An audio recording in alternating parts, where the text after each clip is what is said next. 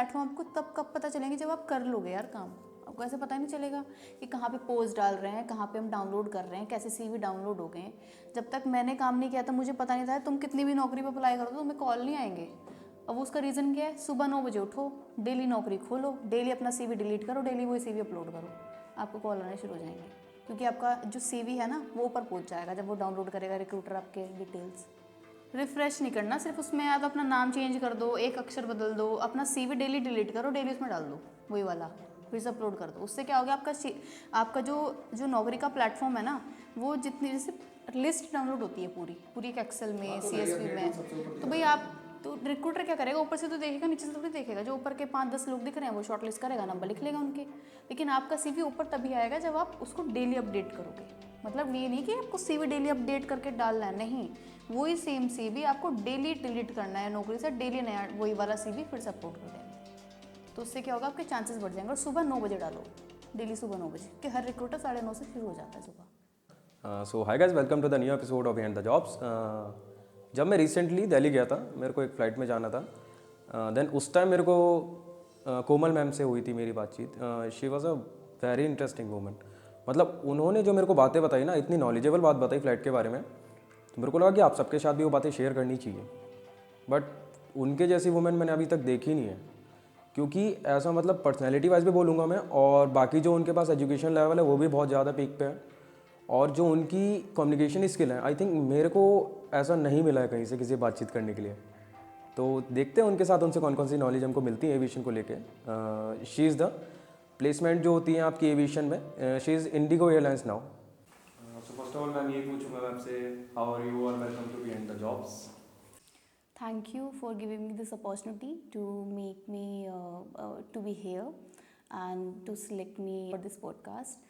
So definitely here I will help lot of women, lot of people to search a job, how they can find a job, and how are the difficulties they faced in day-to-day life when they are working from home, maybe working as a family, because they have multiple people around us, like working as a single independently. Also they are taking care of lot of people around them, like they're taking care of their child, they're taking care of their family, in-laws. Ma'am as you just said to us कि आपने मतलब women empowerment को लेके काफ़ी सारी चीज़ें होने वाली हैं आने वाली बातों के बीच में। तो पहले तो मैं स्टार्टिंग में यही पूछूंगा आपसे कि एज अ वुमेन जब आपने स्टार्ट करा था तो प्रॉब्लम्स तो आपके साथ भी आई होंगी काफ़ी, then how you just face that. See, जब मैंने स्टार्ट किया था अपना करियर तो मुझे बिजनौर से बाहर जाना था। Basically I belongs to Bijnor. और जब मुझे दिल्ली जाना था तो मुझे मेरी फैमिली ने, मेरे रिलेटिव्स ने मुझे बहुत सारी चीज़ें बोली कि नहीं मत भेजो इसको, कुछ भी नहीं होगा, पैसा वेस्ट है, मत भेजो, लड़की है बाहर कैसे रहेगी। बहुत सारे सवाल और बहुत सारे क्वेश्चंस जो थे मेरे ऊपर हुए थे। लेकिन मेरे पापा ने they stand up for me, they stood up for me कि नहीं मेरी बेटी है, जो अगर उसको कुछ करना है तो वो करेगी, डेफिनेटली करेगी। हाँ ठीक है, टाइम टेकिंग प्रोसेस था। मैंने सबसे पहले 12th के बाद ही मैंने जाने का सोचा वहाँ पे। तो मैं दिल्ली में गई, मैंने फ्रैंक इंस्टीट्यूट से अपना पूरा 1 ईयर का डिप्लोमा किया इन एविएशन एंड हॉस्पिटैलिटी। वहाँ से मैंने कोर्स करने के बाद में मेरी प्लेसमेंट डायरेक्टली फ्रॉम फ्रैंकफिन से ही हुई थी। मैंने जो अपना करियर स्टार्ट किया था वो स्टार्ट किया था एविएशन इंडस्ट्री से, like as a cabin crew. लेकिन बहुत सारी सिचुएशन ऐसी, जैसे मैं पीजी में रही तो फाइनेंशियली भी आपको बहुत ज़्यादा स्ट्रॉन्ग होना पड़ता है आपकी फैमिली को बाहर रहने के लिए। लेकिन कभी कभी ऐसा होता था कि 500 रुपये में, 1000 रुपये में आपको पूरा महीना निकालना है। फैमिली आपका जो है वो रेंट पे कर रहे हैं और उसमें खाना वगैरह सब कुछ इंक्लूड होता है। लेकिन बाहर जब आप जाते हो तो बहुत सारी चीज़ें आप देखते हो, नई नई चीज़ें आप देखते हो कि नहीं अभी ये हो रहा है, अब यहाँ पे ये सब चीज़ें हैं, मैं ये भी खरीद लूँ, मैं वो भी ले लूँ। लेकिन थोड़ा सा एज अ वुमेन आपको सोचना पड़ता है, थोड़ा अपने खर्चे और फाइनेंशियल चीज़ों पे ध्यान देना पड़ता है। दूसरा, रिलेटिव्स कुछ भी बोले, आपके फ्रेंड्स कुछ भी बोले कि आप ये नहीं कर पाओगे, अगर आपके अंदर वो जुनून है, आपको वो आपके अंदर वो एम्पावरमेंट है करने की, अगर आपके अंदर वो एक पावर है और विलिंगनेस है टू कंप्लीट एनी वर्क, तो डेफिनेटली आप वो कर सकते हो। और अगर आप अच्छे मन से कोई भी और आपको वही चीज़ करनी चाहिए जिसमें आपका मन है, एक्चुअली आपका जिसमें इंटरेस्ट है। अगर आपका उसमें इंटरेस्ट नहीं है तो आप कुछ नहीं कर पाओगे। अगर आप कितना भी पैसा लगा दो, कोई भी स्टडी हो या फिर कोई भी कोर्स हो, और हर एक चीज़ का एक ना टाइम टेकिंग प्रोसेस होता है, उसमें ना हर चीज़ में टाइम लगता है। एकदम से कुछ नहीं होता कि एकदम से कोर्स कर लिया, एकदम से सब चीज़ें हो गई। जब मैंने जॉब स्टार्ट करी थी तो आगे इसके बारे में बात करूँगी कि कैसे मैंने स्टार्ट किया था, नाउ मेरा क्या पैकेज है और मैंने कितने अमाउंट पे स्टार्ट किया था। तो एकदम से सब कुछ नहीं होता। Share my personal experience. जैसे कि मैं ना हिंदी मीडियम स्कूल से पास आउट हुई है और हमारा थोड़ा ना लैंग्वेज और टोन ना इट्स लिटिल डिफरेंट, जो आपके इंग्लिश में भी ना आपके एक्सेंट में आ जाता है। तो मैंने ना बहुत ज़्यादा स्ट्रगल किया। जब मैं ट्रेनिंग्स देती थी तो कभी कभी क्या होता था कि group of people, group of employ sitting in a training room and I am standing as a trainer, और वहाँ पे लोग लड़के जो होते थे तो मोस्टली बॉयज़, तो जो कि मुझसे बड़े भी होते थे एज में। तो होता है ना किसी लोगों का, जैसे फ्रेशर हो गए या फिर मैं ट्रेनिंग दे रही हूँ तो वो टीज़ करने की एक होती है ना आदत, टीज़ करना और कमेंटिंग ये सब करना। तो मैंने ना बहुत ज़्यादा लो कॉन्फिडेंट हो जाती थी, मेरे को पसीने पसीने और रेड हो जाता था फेस बहुत ज़्यादा। तो मैं यही बोलूँगी कि अगर आप कॉन्फिडेंस आपके अंदर है तो ठीक है, आप स्टार्टिंग में कभी भी आपको कुछ भी, अगर आप ट्रेनिंग में हो या फिर कभी भी किसी भी पब्लिक स्पीकिंग है आपकी, या फिर कभी भी आप front of people you are speaking, just speak the way you are. It doesn't matter कि भाई इंग्लिश अगर आपको नहीं आती, it does not make any sense, but you should be confident. तो कॉन्फिडेंट अगर आपके अंदर कॉन्फिडेंस है तो कॉन्फिडेंस लेवल बहुत ज़्यादा इंपॉर्टेंट है। अगर कॉन्फिडेंस नहीं है तो अगर आप हिंदी भी नहीं बोल पाओगे यार, आप बौखला जाओगे बोलते हुए। तो मैंने धीरे धीरे करके अपना इंग्लिश का जो टोन था और जैसे मैं घबरा जाती थी बोलने में दूसरों के सामने, वो मैंने चेंज किया। एंड जब मैं डेली ट्रेनिंग देती गई तो वो बहुत ज़्यादा इम्प्रूवमेंट हुई। तो मैंने न्यूज़ आपके न्यूज़पेपर्स होते हैं वो पढ़ने शुरू किए, इंग्लिश मेरे सॉन्ग, जैसे कि इंग्लिश सॉन्ग सुनने स्टार्ट किए। और जैसे कोई भी मेरी पीपीटी या प्रेजेंटेशन होती थी, देनी है मुझे, ट्रेनिंग देनी है, तो वो प्रेजेंटेशन को पहले मैं बहुत ज़्यादा खुद से एक रिप्रेजेंट करती थी अपने आप से। देन मैं क्लासरूम में जाती थी very confident and very brave, कि कोई भी मेरे सामने बैठा है, मुझसे बड़ा हो छोटा हो। और कॉर्पोरेट में ना आप किसी को सर मैम नहीं बोलते, जो आपसे बड़ा भी होगा ना, मेरे से अगर मेरे पापा की एज के भी लोग मेरे साथ काम करते हैं तो उनके नाम लेके ही हम बोलते हैं। पापा की एज के होंगे, मम्मी की एज के होंगे। मेरी बॉस थी देवजानी दास गुप्ता, वो she 55 years old and she was my great friend also. और तो मम्मी की एज की थी बट हम उनका नाम लेके ही उनको बोलते थे। तो कॉर्पोरेट में ये भी चीज़ है, तो कॉन्फिडेंट रहो। कोई आपसे एज में बड़ा है बट कॉर्पोरेट में कोई बड़ा छोटा नहीं है। It's just your work, just show your work and let's your work speak for you. Ma'am as you just said कि 500 के अंदर भी आपने इतने सारे खर्चे वगैरह जो सारे निपटाए आपने, बट कि मेरे ख्याल से जो होता है कि आपका जो स्ट्रगलिंग फेज होता है ना, वो आपको पॉजिटिव वे में लेना चाहिए, नेगेटिव वे में नहीं लेना चाहिए। क्योंकि वो फेज ऐसा आता है जब चीज़ें आपके अपोजिट होती हैं बट आपको आगे लेके जाने के लिए वही चीज़ें आती हैं काम में। और एक और चीज़ मैं पूछ रहा हूँ कि आप जैसे एविएशन की लाइन में होगी, देन आपका काम क्या है, कौन सी पोस्ट है, कौन सी पोजीशन है आपकी, आपका वर्क क्या है बेसिकली? तो I started as a cabin crew, like air hostess, आप उसको एयर होस्टेस भी बोल सकते हो। मैंने start as a cabin crew किया था। I work there for 2 years in IndiGo. IndiGo के बाद मैंने एयर इंडिया में काम किया 1 साल एज अ कैबिन क्रू, 3 साल एज अ कैबिन क्रू काम किया। उसके बाद में मेरा प्रमोशन हो गया as a senior cabin crew, तो मैंने 6 महीने फिर से कैबिन क्रू में काम किया एयर इंडिया के अंदर ही। उसके बाद में मैं ना थक चुकी थी, खड़े हो के एयरक्राफ्ट में थक चुकी थी कि मैं, मेरे ना हील्स, मेरे जो टोस थे ना वो बहुत ज़्यादा पेन करने लग गए थे। क्योंकि 9 hours 8 hours standing in this position, aircraft आपका बिल्कुल सीधा नहीं रहता, वो हमेशा ऐसे रहता है, इस शेप में रहता है। तो आपके टोस ना बहुत ज़्यादा प्रेशर होता है टोस के ऊपर, और वो भी हील्स पहन के यूनिफॉर्म में, पूरा all over makeup and all, और आप कुछ खा नहीं सकते बीच में। सबको दिखता है वाओ कितनी लग्जरी लाइफ है, कितना कितना स्टैंडर्डाइज सब कुछ है। ऐसा कुछ नहीं होता। सैलरी अच्छी होती है, येस, आपको डेस्टिनेशन बहुत ज़्यादा मिलती हैं घूमने के लिए। आपको होटल्स में, 5 स्टार होटल्स में स्टेज फ्री मिलते हैं, आप घूम सकते हो। Like you can travel, if you like travel, तो आप ट्रैवल में आपको सब कुछ फ्री मिलेगा, एवरीथिंग इज़ फ्री। बट अगर आप बाहर जाते हो कहीं घूमने तो वो फ्री नहीं है, वो आपको खुद से करना पड़ेगा। One more thing ma'am, just like कि हम लोग की स्कूलिंग नॉलेज जो होती है, स्कूल कॉलेज की नॉलेज और प्रैक्टिकल नॉलेज, दोनों चीज़ें काफ़ी ज़्यादा डिफरेंट होती हैं। बट जब आप जॉब पे जाते हो, कहीं काम करने जाते हो, तो आपकी प्रैक्टिकल नॉलेज काम आती है वहाँ पे, स्कूलिंग आई थिंक इतनी नहीं आती है। तो वो चीज़ें कैसे क्लेरिफाई होती हैं कि आपको प्रैक्टिकल नॉलेज कहाँ से अपनी गेन करनी है, वो चीज़ें कैसे होती हैं? ठीक है, आपने मेरे क्वेश्चन का आंसर जो है वो अपने क्वेश्चन में ही दे दिया। I will start from beginning. पहले जब हमारे 7-8 साल पीछे मैं जाती हूँ, अपने आप को लेके जाती हूँ रिवर्स में। तो हमारे कॉलेजेस जो थे पहले वो इंटर्नशिप आपको नहीं प्रोवाइड कर रहे थे, राइट। तो कभी भी आप अगर कॉलेज जब भी आप डिसाइड करो तो हमेशा अच्छा कॉलेज जिसकी रैंकिंग अच्छी हो, जहाँ पे आपको बहुत सारे प्रैक्टिकल असाइनमेंट्स आपको मिले। ऑल्सो आपको हर सेमेस्टर में, एक सेमेस्टर में अगर आपका 3 सेमेस्टर का प्रोग्राम है, अगर आप कुछ भी कोर्स कर रहे हो 3 सेमेस्टर का है, 2 सेमेस्टर का है, तो उसमें आपको एटलीस्ट सेकेंड सेमेस्टर के बाद तो आपको एक इंटर्नशिप मिलनी चाहिए, ताकि आप वाइडर रेंज कंपनी में, अच्छी एमएनसी कंपनीज़ में आपको इंटर्नशिप करने का मौका मिले, जहाँ पे आपका इन्वायरमेंट में managers, senior managers, different different department के लोगों से आपको इंटरेक्शन करने का मौका मिलेगा।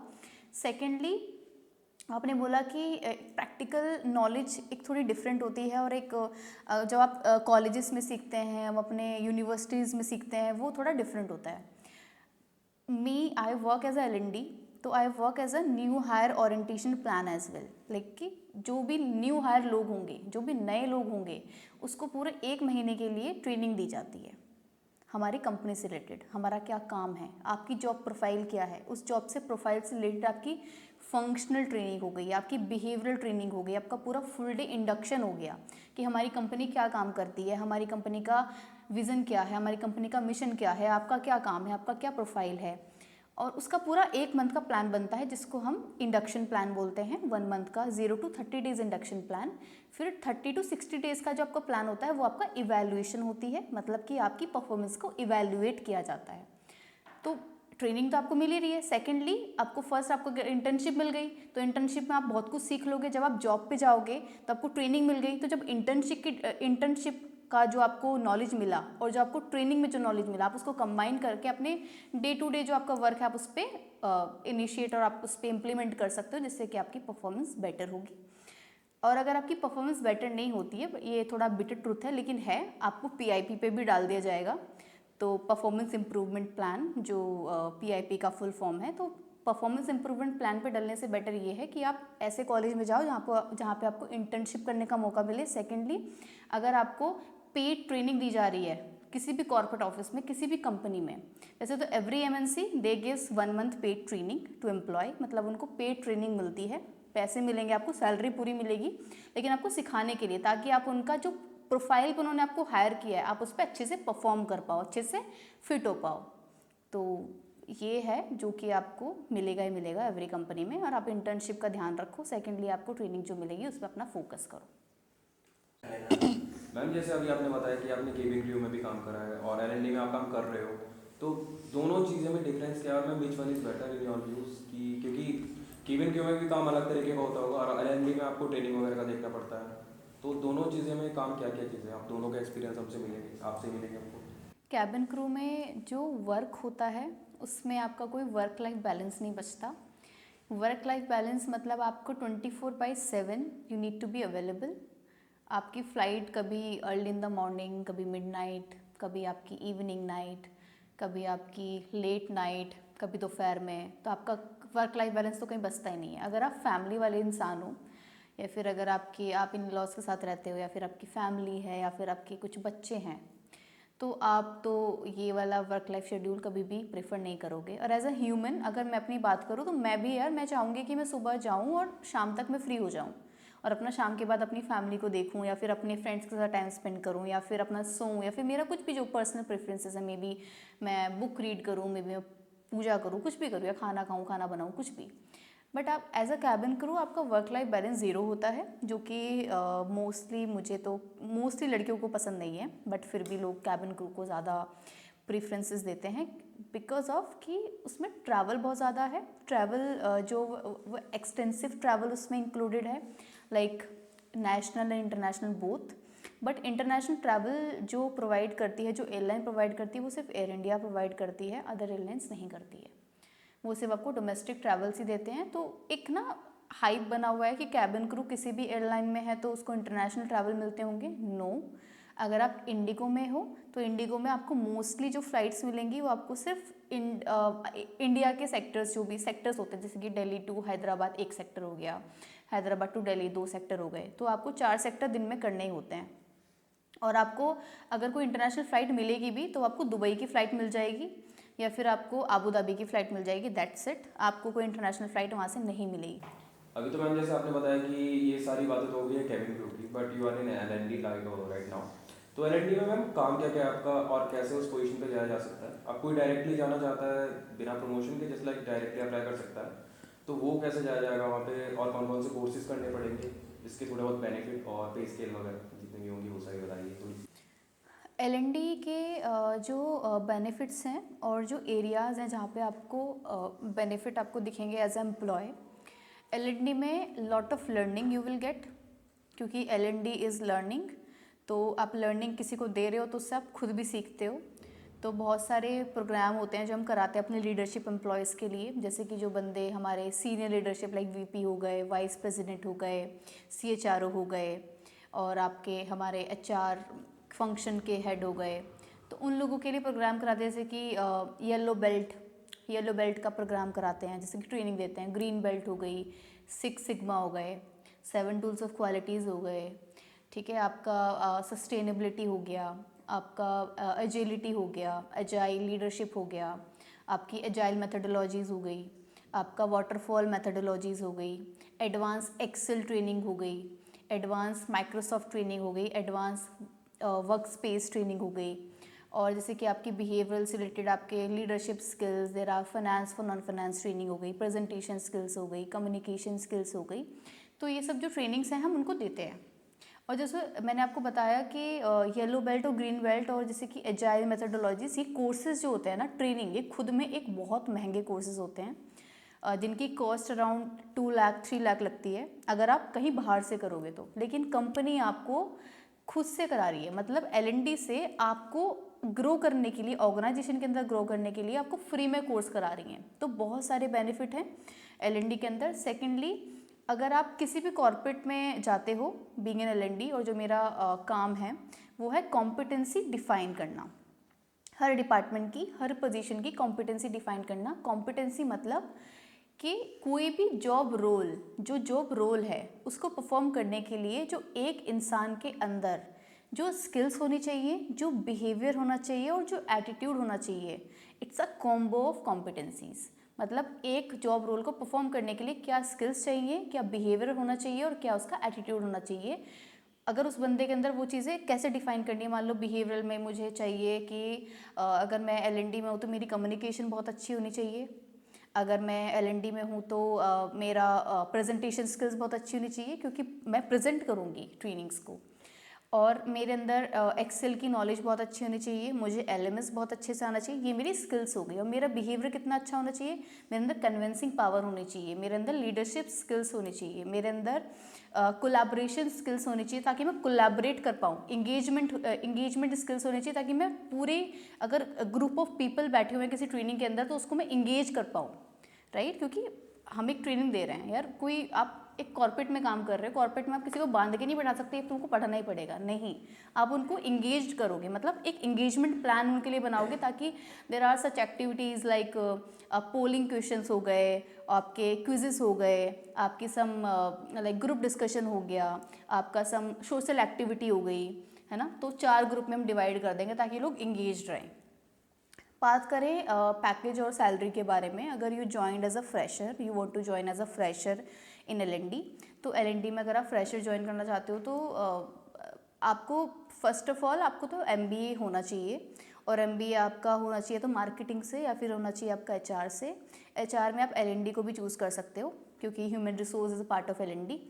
एंड उसके अलावा अगर आप कुछ कोर्स करना चाहते हो कि भाई मुझे एल&डी में जाना है बट मुझे कोई कोर्स करना है, तो कोर्स के लिए आप एडवांस कॉम्पिटेंसी स्किल्स का कोर्स कर सकते हो, एडवांस ट्रेनिंग एंड डेवलपमेंट का कोर्स कर सकते हो। There are certain institute, there are certain platforms like Coursera, Udemy, right, Skillsoft, तो वहाँ से आप कोर्सेज और आपको सर्टिफिकेट और आपको बैज भी मिल जाएगा ताकि अब आप दिखा सकते हो और आप वहाँ से ज्वाइन कर सकते हो। सैलरी की बात करूँ तो salary starting range if you join as a senior executive और एग्जीक्यूटिव लेवल पे तो आपका 6 LPA 7 LPA up to 8 LPA का आपका स्टार्टिंग पैकेज होता है कि 8 लाख पर एनम जो आपका फिक्स्ड होता है। बाकी बेनिफिट्स और उसकी बात करूँ तो आपको ग्रुप इंश्योरेंस, टर्म इंश्योरेंस, आपका ओपीडी के लिए आपको 10,000 का अदर बेनिफिट्स हो गए, आपके ट्रैवल अलाउंस हो गया अप टू 15,000 पर मंथ हो गया जो आपका over and above your salary होता है।